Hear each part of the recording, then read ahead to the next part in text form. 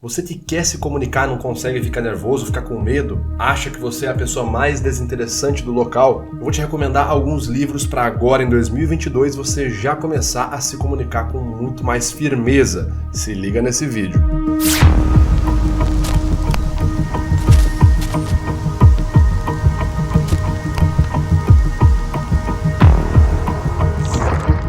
Fala pessoal, beleza? Meu nome é Vitor Santos, eu sou especialista em linguagem corporal, investigador profissional e perito técnico das microexpressões faciais. E você está no canal Metaforando, o maior canal de linguagem corporal do mundo. Hoje nós vamos falar sobre livros que vão te ajudar a se comunicar melhor. Se você tem problema de ficar muito nervoso, muito ansioso, quando vai falar com algum desconhecido, ou até mesmo se você gostaria de transmitir mais confiança com os seus gestos, presta bem atenção nos livros que eu vou te passar nesse vídeo aqui. Antes da gente continuar, porém, vale a pena te lembrar, se você gosta de estudar comunicação, se comunicar melhor, se comunicar de forma mais autoconfiante, eu te recomendo a se inscrever aqui no canal Metaforando, curtir e compartilhar os nossos vídeos. Então vamos a essa lista maravilhosa. Vale a pena começar dizendo que eu, assim como você que está vendo esse vídeo, sempre quis melhorar a minha comunicação. E agora eu não sei se a gente é igual, mas quando eu comecei a estudar linguagem corporal, minha comunicação era péssima. Eu era aquele cara na escola, enfim, no colégio, que ficava sempre no canto da sala quando tinha confraternização, alguma festa.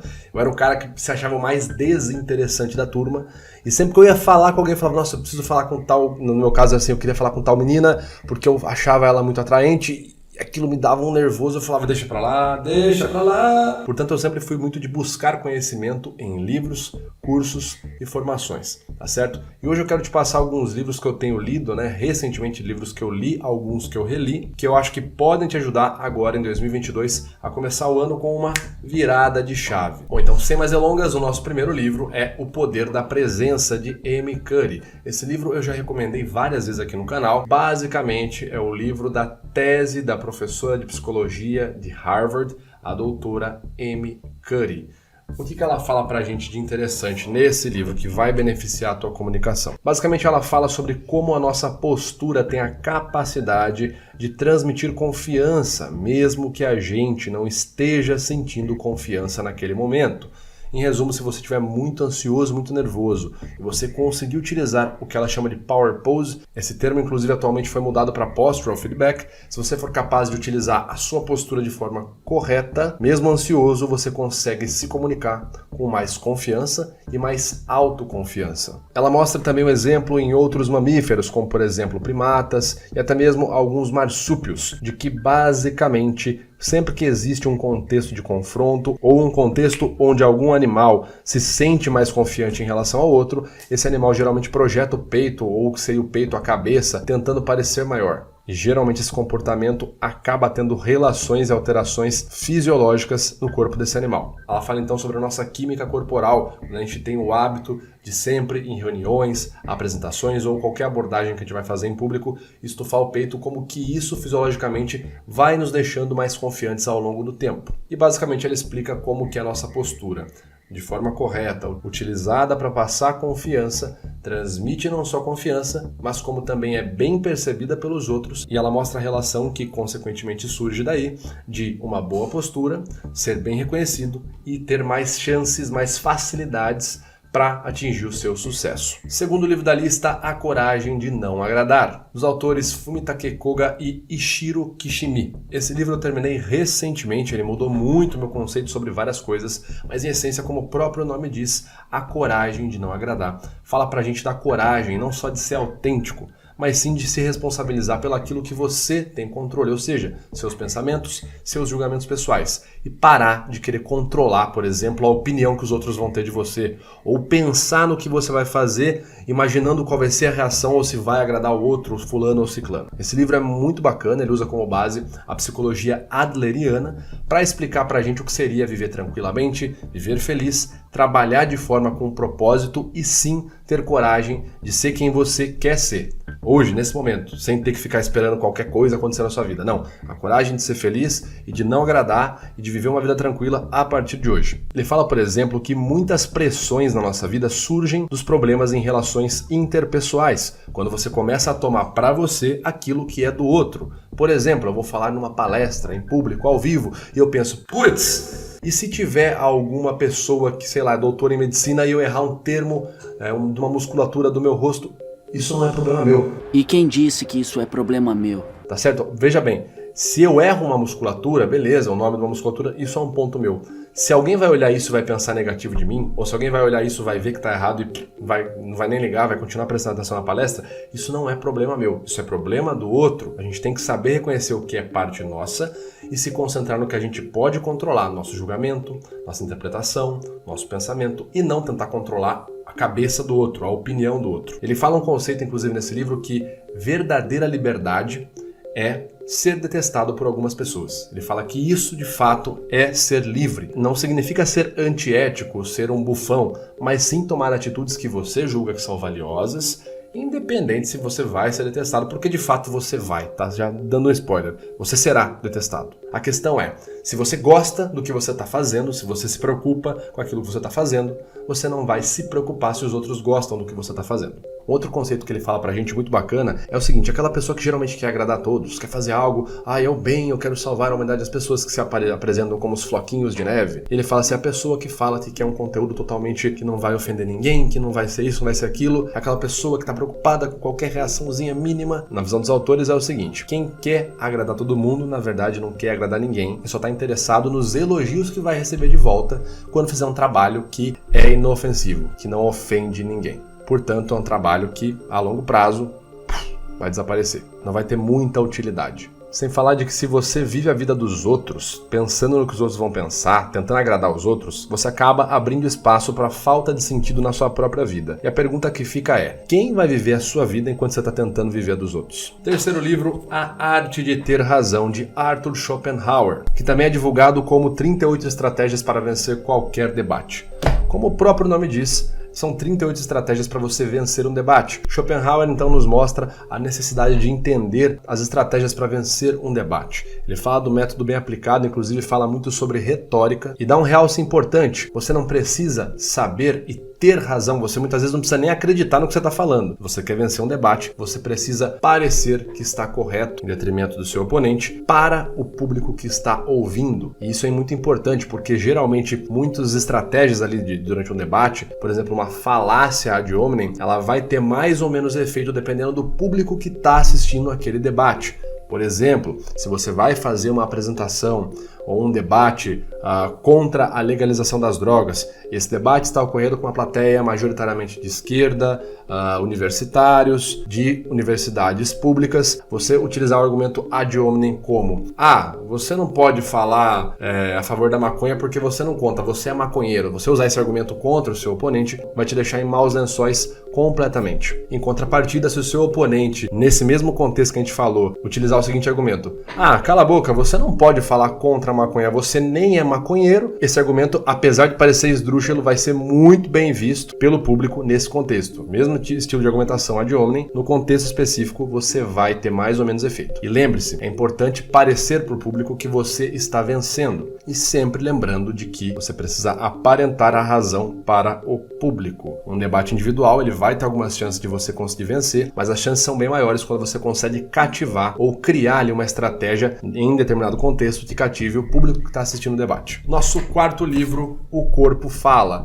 Entra lista, sai lista, não dá, gente. Não tem como falar de comunicação sem citar aqui o clássico O Corpo Fala, de Pierre Will e Roland Tom Paco. Esse livro, que já é considerado um clássico na área da comunicação, se eu não me engano, a primeira versão dele é da década de 70, mostra pra gente de forma introdutória qual é a importância das nossas comunicações não verbais durante as interações interpessoais que fazemos. É, por exemplo, nesse livro que é cunhada a famosa teoria cinética, ou a teoria da incongruência, que mostra que quando a gente tem um determinado movimento cinético, ou seja, o corpo se move move de determinada forma, a movimentação do corpo vai ser congruente com o que eu estou falando ou incongruente com aquilo que eu estou falando. Vale a pena ler O Corpo Fala não só por isso, mas também para ter uma base. Se você nunca estudou nada de forma mais séria sobre linguagem corporal, se você só assiste vídeos na internet, vale a pena ver sim O Corpo Fala para entrar nesse universo e começar a entender algumas das supostas regras não verbais. Lembre-se que O Corpo Fala, ele tem o objetivo de ser um livro informativo e não um compêndio absoluto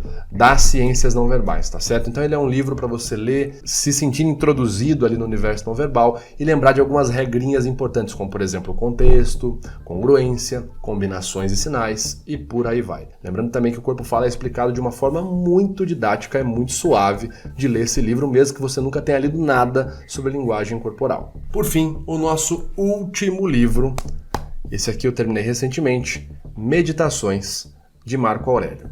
Marco Aurélio, para quem não sabe, foi um grande estadista e imperador romano. Ele é tido ali como o último grande imperador romano, o último grande imperador que de fato teve ali um bom regime, né? Teve um bom governo, segundo os próprios romanos e também historicamente dizendo. Marco Aurélio tinha vários motivos para ter muita pressão mental na vida dele. Pensa que como estadista, como político, ele precisava se comunicar publicamente com muita frequência. Ele era alvo de críticas sociais com muita frequência. Quando você é um cara que está falando para um público muito grande, é muito comum ter pessoas te atacando, te criticando, governantes vizinhos, governantes rivais, por aí vai. Só que a forma que ele gerenciava os pensamentos dele fazia com que ele ficasse cada vez mais forte e até mesmo o medo de falar em público fosse praticamente inexistente para Marco Aurélio. E o que ele segue nesse livro é a vertente filosófica do estoicismo. Estoicismo, aquele mesmo estoicismo comentado por Epiteto, por Sêneca, que vai falar pra gente que o homem deve se controlar naquilo que ele é capaz de mudar. Porque aquilo que ele não pode mudar não tem poder nem positivo e nem negativo.